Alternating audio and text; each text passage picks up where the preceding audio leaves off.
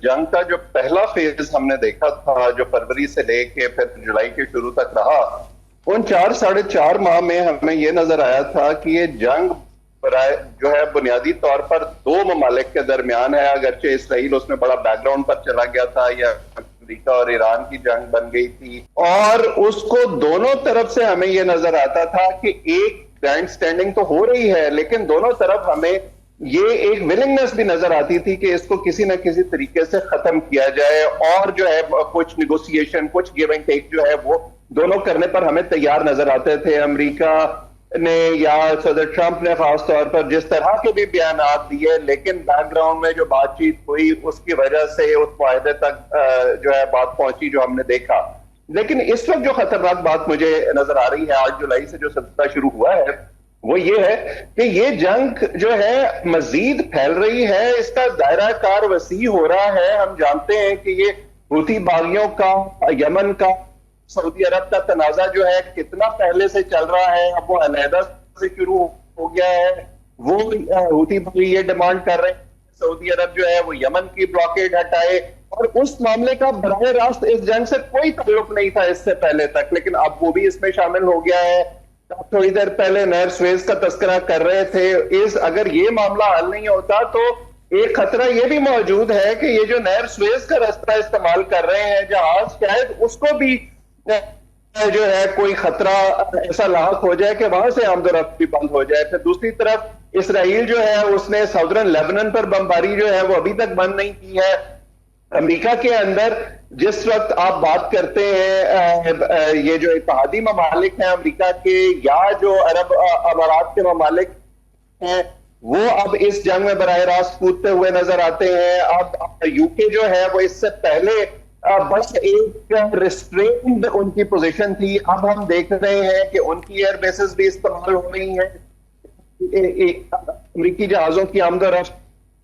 کے لیے۔ سو پاکستان خاص طور پر اگر یہ دائرہ مزید پھیلتا ہے، اور اس کے جلد محدود ہونے کا مجھے کوئی امکان نظر نہیں آتا، پاکستان اس میں ایک بڑی ایک پریکیریس پوزیشن میں آ گیا ہے۔ امریکہ کے اندر اس وقت جو صورتحال ہے، آپ نے بات کی مڈ ٹرم الیکشنز کی، اور اس کے حوالے سے کیا سوچ ہے وائٹ ہاؤس کے اندر، اگر میں آپ کو یاد کراؤں تو پچھلے فیز میں ہی اس جنگ کے صدر ٹرمپ نے یہ کہنا شروع کر دیا تھا کہ دیکھیں اس سے پہلے افغانستان کی جنگ جو ہے وہ کتنے سال رہی، ویتنام کی جنگ جو ہے وہ اتنے سال 13-14 سال رہی، اور یہ اس جنگ کو تو ابھی چند مہینے ہی ہوئے ہیں۔ جب ان سے اس جنگ کی کاسٹ کے بارے میں بات کی جاتی ہے جو عام امریکی کو بیئر کرنی پڑ رہی ہے، تو وہ یہ کہتے ہیں کہ یہ امریکہ کے مستقبل کو محفوظ کرانے کے لیے ایک قیمت ہے جو ہم دینے کے لیے تیار ہیں۔ تو بظاہر ایسے لگتا ہے کہ انہیں تو کوئی خاص پرواہ اس کی نہیں ہے، ان کی ٹیم کو اس حوالے سے ضرور تشویش ہے، ان کی ریپبلکن پارٹی کو ضرور تشویش ہے کہ اس کا جو اثر ہے وہ الیکشن کے نتائج پر کیا ہوگا، کیونکہ تاریخی طور پر ہم یہ دیکھتے ہیں کہ تیل کی قیمت جب بھی $100 فی بیرل سے اوپر جاتی ہے تو جو سٹنگ گورنمنٹ ہے اس کو اس کا نقصان ہوتا ہے، اور وہ مڈ ٹرم الیکشن نہیں جیتتی۔ پچھلے 5 جو مڈ ٹرم الیکشنز ہوئے ہیں جب تیل کی قیمت $100 سے اوپر تھی تو یہی نتیجہ نکلا ہے۔ لیکن وہ جو ایک امریکن امپیریلزم ہے، جو ایک گرینڈ سٹینڈنگ ہے، اور خاص طور پر اس وقت ڈونلڈ ٹرمپ کا جو ایک مخصوص مزاج ہے، اس کے اندر ایسے لگتا ہے کہ وہ اس کو سمجھنے کے لیے تیار نہیں ہے، اور دونوں فریق اس وقت ایک ایسی پوزیشن میں آ گئے ہیں جہاں پر وہ جو ایک انگریزی کا ایکسپریشن ہے کہ ونر ٹیکس آل، یعنی اس میں گیو اینڈ ٹیک کی گنجائش کوئی نہیں ہے، آل اور نتھنگ قسم کا معاملہ ہے، اور اس میں کسی بھی معاہدے کا امکان جو ہے وہ بہت کم رہ جاتا ہے۔ جی ڈاکٹر صاحب، میں ڈاکٹر عدیل ملک صاحب آپ کی اکنامکس کی ایکسپرٹیز کا فائدہ اٹھاتے ہوئے ایک اور اس پہ ایشو آ گیا ہے کہ پاکستان نے in the middle of this crisis جو ہے وہ امریکہ سے ایکسچینج اسٹیبلائزیشن فنڈ کے اس کے انڈر کیٹیگری میں $10 بلین مانگ لیے ہیں، اور ایک تو اس کی پولیٹیکل سائڈ ہے کہ ہم اب ایک ڈیٹیلز نہیں آئی ہیں کہ ہمیں اس کا کوئڈ پرو کو ان ریٹرن امریکہ کو کیا دینا پڑے گا، کیونکہ ٹرمپ کی ڈکشنری میں فری لنچ نہیں ہے، امریکہ میں جنرلی کہا جاتا ہے۔